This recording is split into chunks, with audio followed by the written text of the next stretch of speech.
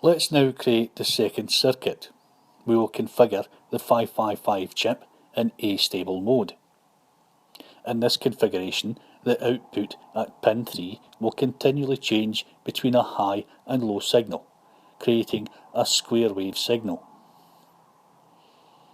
For the Astable circuit, we need the following components: a 9V DC power supply, two 10 kΩ resistors, this is R1 and R2, a 47 microfarad capacitor, this is C1, a diode, and an LED with an appropriate current limiting resistor. The resistors R1, R2 and the capacitor C1 are important as they control the timing output at pin 3. Before beginning the build, it is a good idea to lay the components out so the wiring will be minimal. We will connect R1, R2 and C1 together in series. We need to add a ground point to the negative terminal of the power supply and to pin 1, the ground pin. We then connect pin 8, the VCC pin, to the power supply.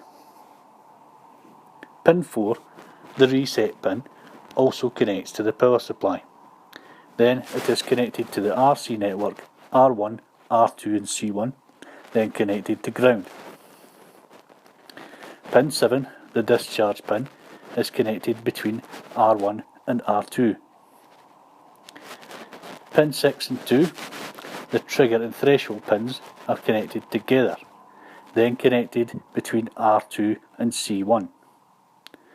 The diode's anode is connected between R1 and R2, and its cathode is connected between R2 and C1.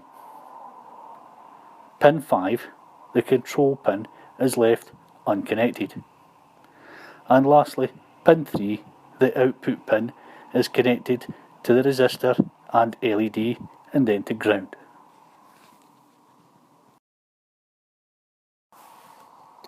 The frequency in which the output signal switches between high and low is calculated in Hertz. Frequency means cycles per second. We can find the frequency by using the following formula. Frequency equals 1.44 divided by R1 plus R2 plus R2 multiplied by C. So frequency equals 1.44 divided by 10,000 plus 10,000 plus 10,000 multiplied by 0.000047. So then the calculation looks like this, where it is the frequency equals 1.44 divided by 30,000 multiplied by 0.000047. So then frequency equals 1.44 divided by 1.41. So the frequency equals 1.02 Hertz. Let's now run the simulation and see the working model. When we run the simulation, we can see the LED flashing on and off at a steady rate. When we select pin 3 and look at the output signal in the waveform viewer, we can see the square wave signal being generated. The waveform viewer is showing the output signal frequency is switching between 1.25 and 1.33 Hz. This is only around 0.25 Hz of a difference from our calculation, which is a minimal amount. We need to remember this is a simulation.